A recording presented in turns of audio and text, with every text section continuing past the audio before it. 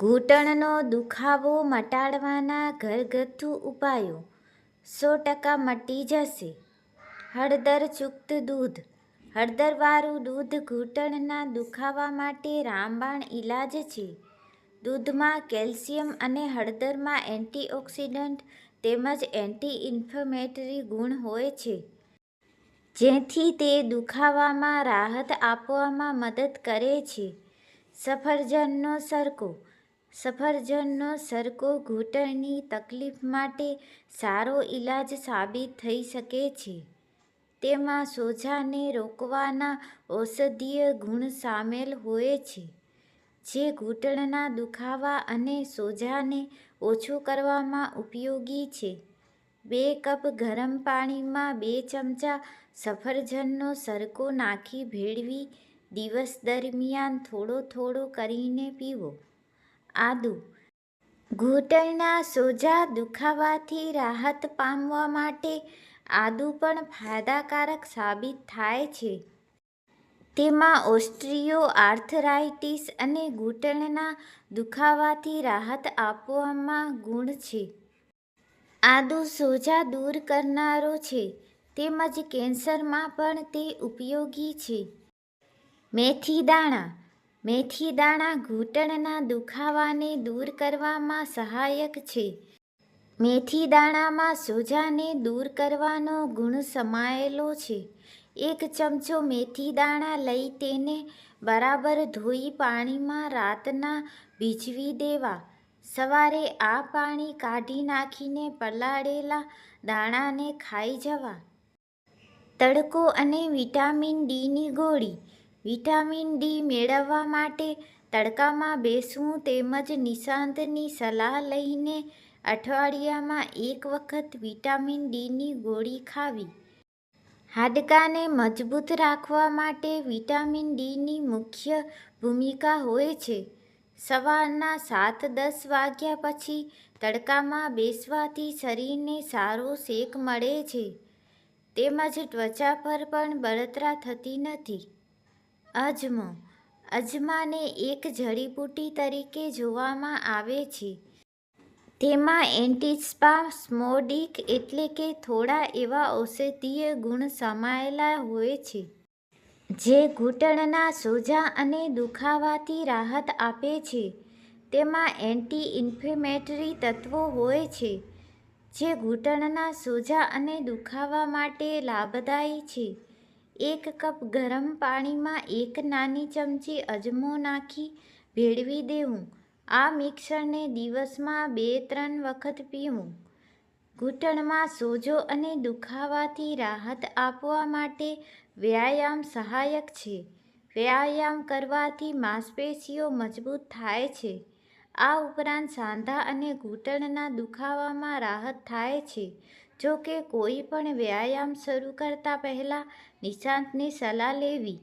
જે લોકો વ્યાયામ ન કરી શકે તેમ હોય તેમણે 20 મિનિટનો વોક કરવો. સાયકલ ચલાવવી, સ્વિમિંગ જેવી કસરતો ઉપયોગી છે. વજન ઘટાડવું. વધેલા વજનના કારણે પણ ઘૂંટણ દુખતા હોય છે. પરિણામે વજન સંતુલન કરવા માટે પૌષ્ટિક આહાર લેવો. પ્રોટીન, વિટામિન અને કેલ્શિયમયુક્ત આહારથી વજન વધતું નથી, તેમજ વજન પણ વધતું નથી. જે ખાદ્યપદાર્થમાં ફાઇબરની માત્રા વધુ હોય તેનું સેવન કરવું. રોજિંદા આહારમાં સાર અને ફળોનો સમાવેશ વધુ કરવો. ઠંડો શેક. ઘૂંટણના સોજા અને દુખાવામાં બરફનો ઠંડો શેક રામબાણ ઈલાજ સાબિત થાય છે. બરફના એક ટુકડાને પાતળા ટુવાલમાં લપેટી શેક કરવો. જો ઘૂંટણનો દુખાવો હોય તો દરરોજ 4 વખત તમને જે ઘૂંટણમાં દુખતું હોય અથવા બંને ઘૂંટણમાં 15 મિનિટ સુધી બરફ ઘસો. થોડા દિવસ આ ઉપાય કરવાથી તમારા ઘૂંટણના દુખાવાની તકલીફ ધીરે ધીરે દૂર થઈ જશે. ઘૂંટણનો દુખાવો મટાડવા પેસ્ટ બનાવો. 1 ચમચી હળદર લો. 1 ચમચી મધ અને ચપટીભર ચૂનો લેવાનો. આ 3 વસ્તુઓ બરાબર મિક્સ કરી દો. મિક્સ કર્યા બાદ ઘૂંટણ પર લગાવો. આ ઉપાય રાત્રે સૂતા સમયે જ કરવો.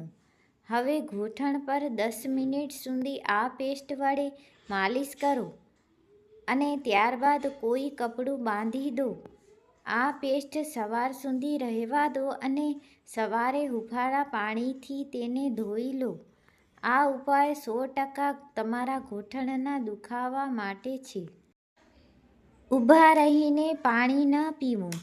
ઘૂંટણના દુખાવાનું સૌથી મોટું કારણ આપણી ઊભા રહીને પાણી પીવાની કુટેવ છે. પાણી તમારે બેસીને જ પીવું જોઈએ અને નિરાંતે પીવું જોઈએ, જેથી ઘૂંટણનો અને સાંધાનો દુખાવો ન થાય. સરગવાની છાલનો ઉકાળો. સરગવાની છાલને 2 ગ્લાસ પાણીમાં નાખી આ પાણીનો ચોથો ભાગ રહે ત્યાં સુધી ઉકાળવું. ત્યારબાદ આ ઉકાળાને પાણીમાં નાખી મિશ્રણ કરી લેવું. ચોખ્ખા કપડાં વડે ગાળી લેવું અને પલાઠી વાળી આ મિશ્રણને ધીરે ધીરે પીવું. આવું રોજ 2 વાર કરવાથી તમારો ઘૂંટણનો દુખાવો 100% મટી જશે. પરાજિતાના પાનનો ઉકાળો. પરાજિતાના પાન તમારા ઘૂંટણનો દુખાવો મટાડવાનો રામબાણ ઇલાજ છે. આ માટે 10 થી 12 પરિજિતાના પાંદડા 2 ગ્લાસ પાણીમાં નાખી સારી રીતે ઉકાળી લેવા અને પી જવું. સરગવાના પાનનો ઉકાળો પીધાના 1 કલાક બાદ જ આ પરિજિતાના પાનનો ઉકાળો પીવો અને આ બંને ઉકાળો પીધા બાદ તમારે 1 કલાક સુધી કશું જ નહીં ખાવાનું. સરસવનું તેલ અને સૂંઠ પાવડર વડે માલિશ કરવી. એક વાસણમાં સૂંઠનો પાવડર લો અને સરસવનું તેલ સારી રીતે મિક્સ કરી લો. આ મિશ્રણને ઘૂંટણ ઉપર લગાવીને માલિશ કરવી.